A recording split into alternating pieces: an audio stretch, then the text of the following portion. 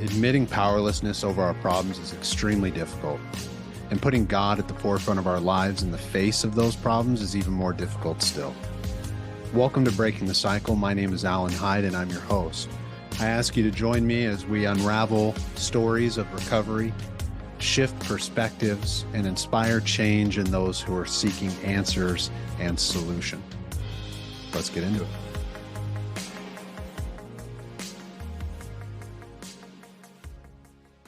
Hey guys, today we're going to be reading from a book called Courage to Change, One Day at a Time in Al-Anon.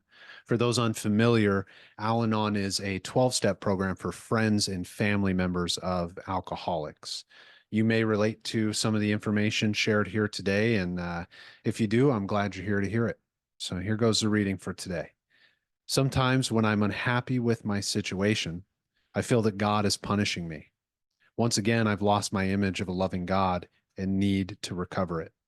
It helps to call my sponsor, who reminds me that God is not a terrorist. I read Al-Anon literature and go to extra meetings. Mostly I walk beside the river and talk with God about how afraid I am. I watch the water and thank God for the good things in my life. Al-Anon recovery, the gift of the 12 steps, creativity, and the joy I have in expressing it. My loving Al-Anon family. After I've talked through, I sit and wait until I feel God's healing touch reassuring me, drying my tears. The funny thing is that after I'm through those hard times, I never truly remember the pain. What I remember is the sunshine on the water, the peace of the moment, the love of my higher power wrapping around me as tangibly as the sunshine. The pain is gone, but the increased trust in my higher power remains. Today's reminder: when faced with a difficult or painful situation, I can remember that a loving God is always here for me, always available as a source of comfort, guidance, and peace. No one is alone if they've come to believe in a power greater than themselves. I don't know about you guys, but this one really speaks to me.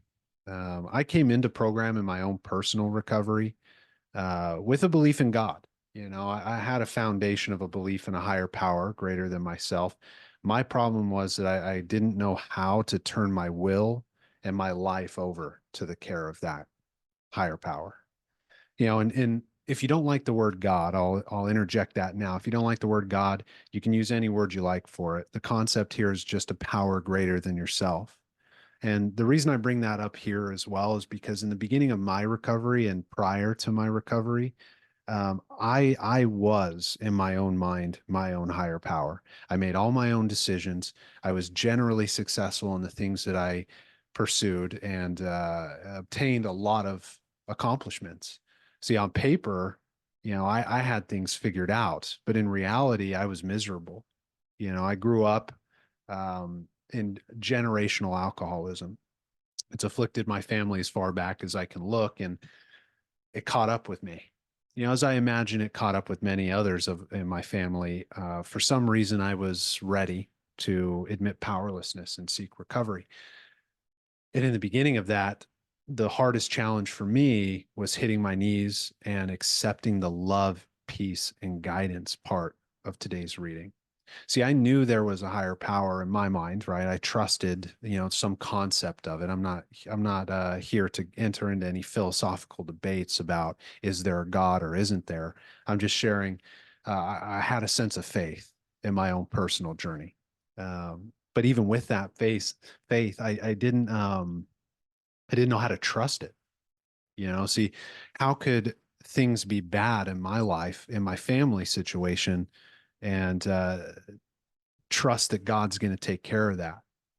You know, it was really a process of admitting to myself and to others in my life that it wasn't up to me anymore. I didn't have to carry that burden. And I've worked with scores of people. For those who don't know, I'm a licensed marriage and family therapist, and I've been one for over a decade. And I've worked with so many people walking in the same process. And whether it's the alcoholic who's struggling with substances, or the family member who's struggling watching their loved one slowly deteriorate their lives, what I've come to see is that it's the loving guidance and acceptance of a higher power that sets those people free. And I can speak to it because personally it set me free. When I decided finally to hit my knees and say, hey, God, deliver me from these self seeking and selfish behaviors, help me understand my own denial, help me understand what powerless means in my life, and also help me spread this message to those who are still in pain. The answers started to come. I no longer hit my knees and prayed to God for, you know, to have the nice car, to be able to afford the nice house, to, you know, really anything for myself. That, see, those are all my prayers prior. I would pray like, God, please remove any bad situations. And also, hey, you know, I'd really like this new car, you know, or hey, I'd really like to be able to buy a house. Can you help me out with that? I asked for things. And that wasn't part of God's design for my life.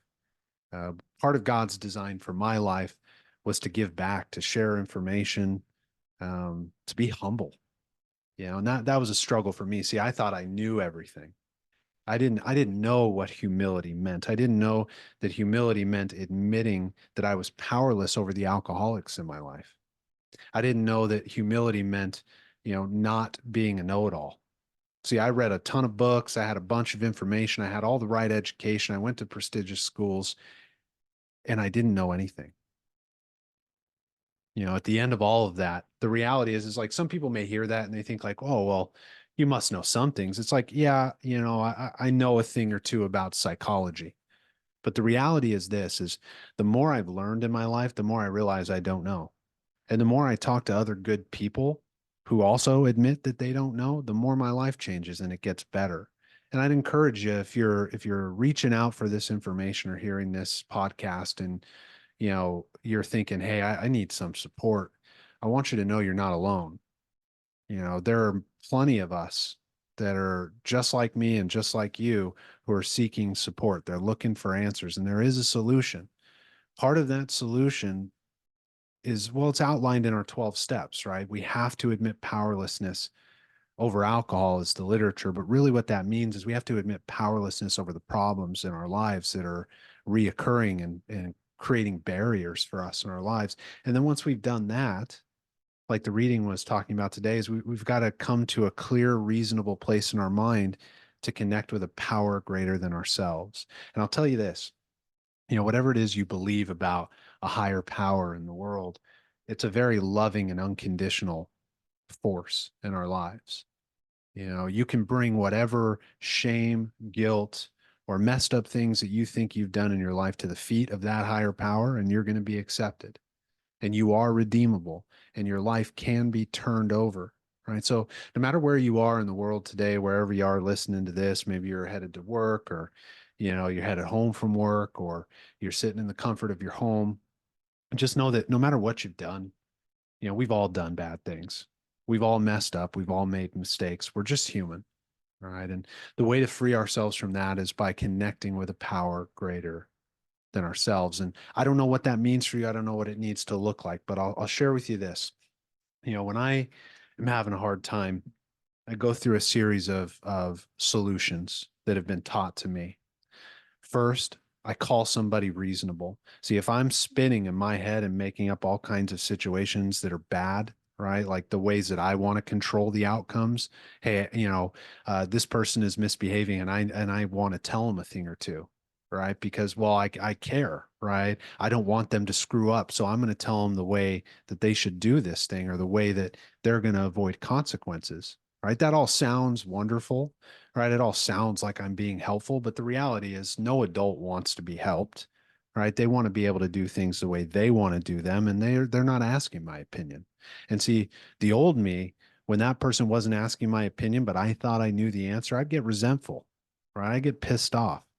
I wouldn't know how to handle the situation. And so today, what's been taught to me is when I feel that urge to control a situation or give my input, I pause for a moment. I take a deep breath and I call somebody reasonable. In this case, it's often my sponsor, and I've grown a very deep relationship with this man. And I call him and I talk it through, and you know we come to solutions together. And oftentimes it's like all I needed to do was get it off my chest to see that I was being unreasonable, that I don't know any better for anybody else's life than sometimes I do for my own, you know? And what he reminds me often is, pray, pray about it. And in the beginning, if I had been told by one more person to just pray about my problems, my head was going to explode. I didn't want to accept those things. I didn't know how to accept those things. I thought I could figure things out on my own. I didn't need anybody else. The reality was I was alone.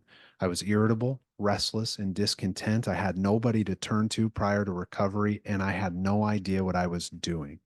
Right? I didn't know how to get my loved ones to stop using substances. I didn't know how to get them to love me unconditionally, the way that I know every human deserves. Right? I didn't know how to get those things. Right? I knew how to try to force them. Right? Hey, maybe get another accomplishment under my belt. Maybe seek some more education. Maybe win a trophy or two, and I'll receive the love in this world that I know I'm deserved. Right? But that was my entitlement. I wanted love and I was going to demand it through my actions. The reality is love was freely given. I just wasn't looking in the right places. The love that I needed in my life to heal wasn't going to come from imperfect people, right? It wasn't going to come from people who are still struggling in their journeys. It's going to come from God. Much like the reading was talking about today, we take those quiet moments to connect with our higher power, and all of a sudden, we're reminded of the loving nature of our higher power, the peace, love, and guidance that's available to all of us. And when I talk with my sponsor about it, you know, I'll go through all of the things that I want to say, or the ways that I'm feeling, or the things I want to do, knowing, right, that full well probably all of them are a bad idea, and that I need to pump the brakes. And he often reminds me to keep my mouth shut, right? And we have a funny saying together, and I'm about to cuss. So if you don't like cussing, plug your ears. But he always shares with me, never miss a golden opportunity to shut the fuck up. And I needed that so much in my life when I first came into recovery, because I would run my mouth. I would just talk and talk and talk. And I thought I had all the answers. I thought I knew what was best, but that's not God's plan. God doesn't want for us to be the person that has the answers for everybody, right? That's a burden. It's a lot of pressure to put on a person. It's a lot of pressure to put on yourself. So if you're listening today, I'd encourage you, if you're relating to some of the information that I'm sharing, or even just a little bit, like, hey, I do have an alcoholic in my life too, or maybe I am an alcoholic, and or have an unmanageable problem with a substance, and I need God. I would encourage you to continue to listen to these episodes, reach out to people who are seeking the same kind of support, and get connected. There are good people out there who are turning their lives over to a higher power, and it's freeing them of obsessions and compulsions. It's freeing them of desperation. It's freeing them of the chains and the bonds of pain that persist in cycles of the family disease of alcoholism. I've watched it both personally in my recovery, and I've seen it thousands of times in my clinical practice. Maybe you're not convinced, and that's okay. The only thing that we can ask in that case, what we say in recovery, is to keep coming back. If there was even one piece of the reading, or some of the nonsense that I shared afterwards in my own story and my own experience, then I would encourage you, maybe, hey, listen to another episode. Get the book and read it yourself. Go through it. It breaks it down in daily bite-sized readings. Takes a minute to read it. If you read a little slower, it takes a couple minutes. No problem. You can get the audio version. I'll have those links on my website. But I would encourage you to seek the support. I would encourage you to consider what these words mean when we talk about turning our lives over to a higher power, and experiencing the love and the peace and the serenity that comes with that. I'm not going to tell you it's easy. I'm not even going to tell you that hearing the word God is easy for some of you. What I will tell you is that if you pursue this information, and you need that support, the support will find you. It's there. There are good people anywhere, you know, in this process that are going to wrap their arms around you, give you a hug, or not if you don't like hugs, and encourage you to keep coming back. They're going to share their experience, strength, and hope, and you're going to find support. You're not alone in the struggles of desperation and loneliness that come with being in the cycle of addiction with a loved one. And I'd like to clarify, both personally and clinically, the cycle of addiction doesn't mean that you yourself have a problem with addiction or an unmanageable problem with substances. The cycle of addiction affects us all, right? It's why it's called the family disease. We love the people in our lives who are struggling with an addiction, and we may want to save them, or help them find a cure. But you didn't cause it, you can't control it, and you can't cure it. The only release for that person is for them to turn their lives over to God. And the same solution exists for us. We have to get out of their way.